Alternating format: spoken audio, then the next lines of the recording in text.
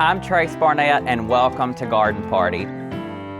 Today we're talking about my favorite pollinator, well, second favorite, hummers. Those little hummingbirds you see flying around your garden. All you need to know to feed them, attract them, and have them buzzing about your garden in no time.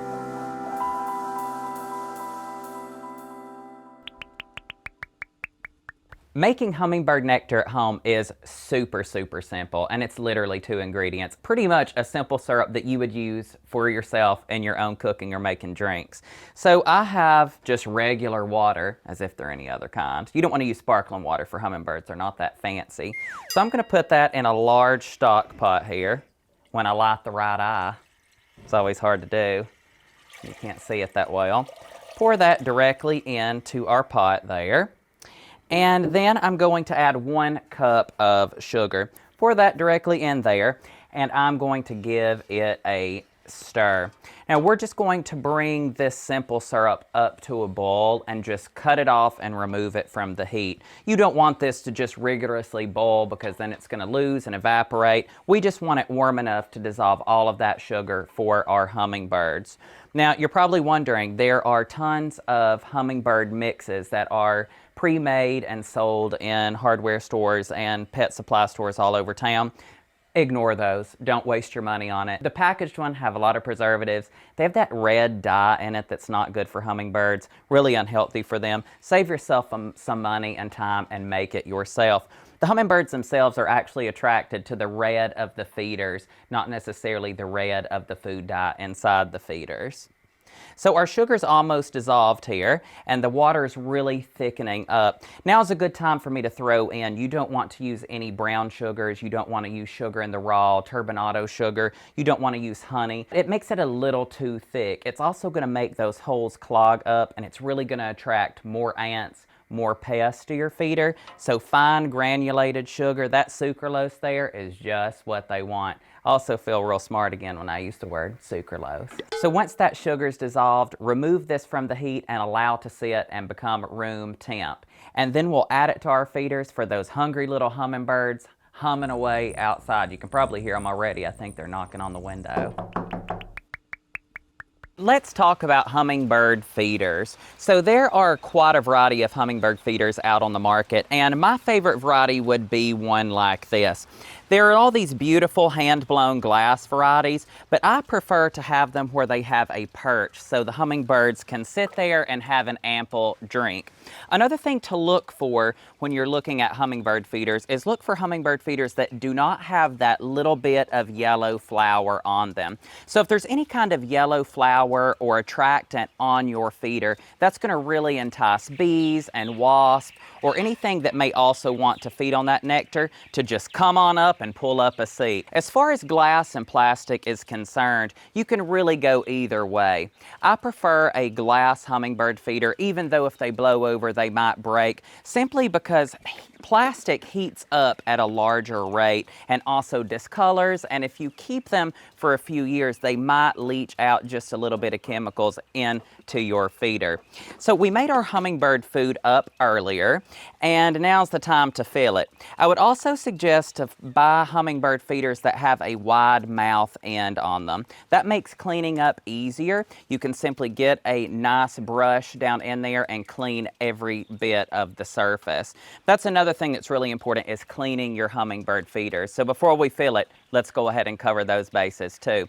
Don't use regular dish detergent. I like to do equal parts of warm water and vinegar. I'll fill a sink or a basin up and just completely submerge my feeder into that basin. Leave it in there for up to an hour or longer, depending on if it's soiled or not. You'll want to do this twice a week in the summer, simply because any kind of mold or bacteria buildup inside of the feeder will alter your hummingbirds. It also, the longer this sits in the hot weather, it also ferments a little bit. So you don't really want a bunch of drunk hummingbirds plowing right into your house or into you.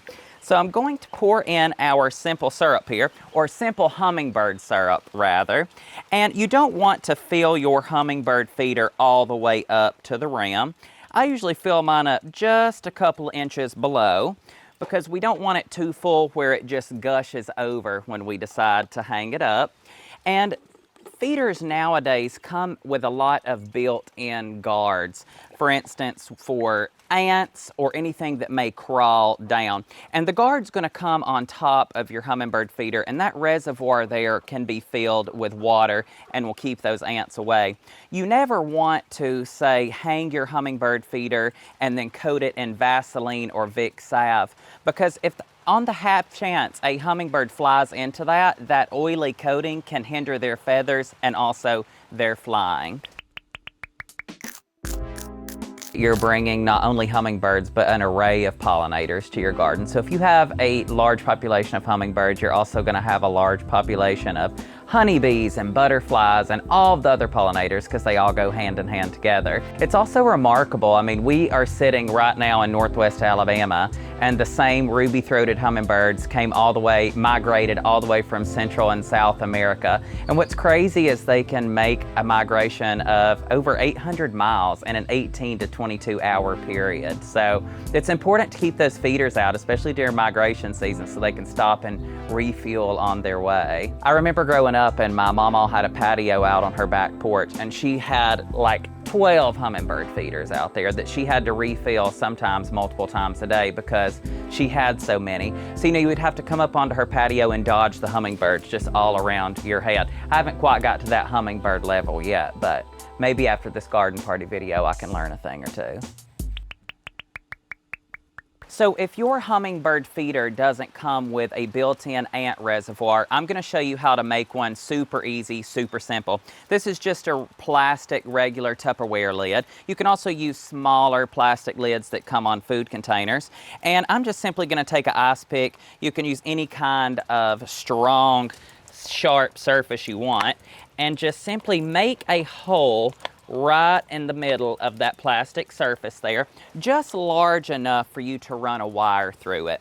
I'm going to take our hummingbird feeder and I'm going to run our wire just like so, give it a nice little twist, and then I'm going to take that same wire and run it up through, hope y'all can see me here, I'm going to run it up through that little bit of plastic there where it rests. Got another one trying to tag along. Where our guard rests just on top, just like that. What I'll do is I'll fill that little lip that's just around that hummingbird feeder with water, and that's going to deter any ants that may try and climb into our hummingbird feeder. Now let's talk about placing your hummingbird feeders around the garden. You roughly want about 20 to 25 feet in between your feeders, because hummingbirds are very territorial, especially if it's mating season or nesting season. They kind of want to reserve all that juice just for themselves, and I can't say that I blame them. A really good place when you're trying to think about where to scatter them about your garden would be simply under a small overhang, just like so. I'm going to wrap that wire just like that around and pull down that just so it balances there.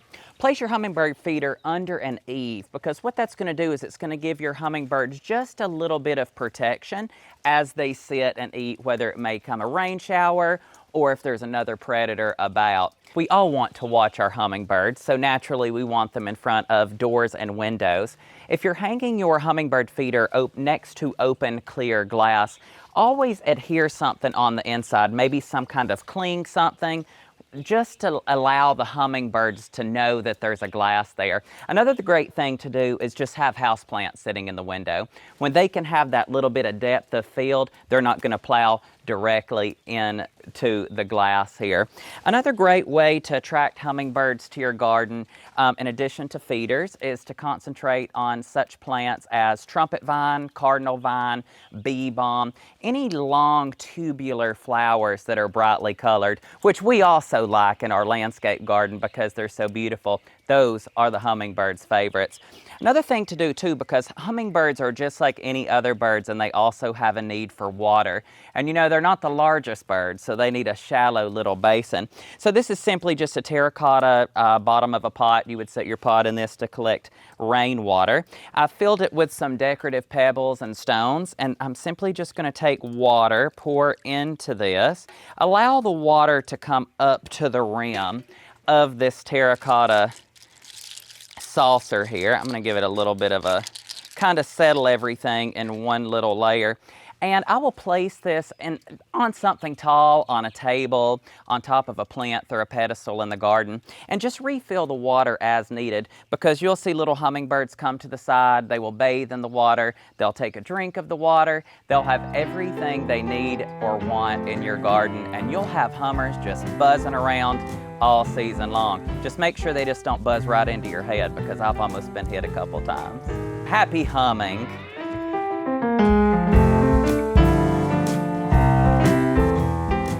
Like, comment, and subscribe, and definitely drop us a line if you know what this getup is for. Happy humming. Today, we're talking about hummingbird nectar. That's so hard to say, hummingbird nectar. Somebody hit Jess in the head with a rock. I could never. What am I saying again? Hummingbirds? Hermit crabs. Super sepia. Who was that sneezed? I think we're done. She's back, the queen.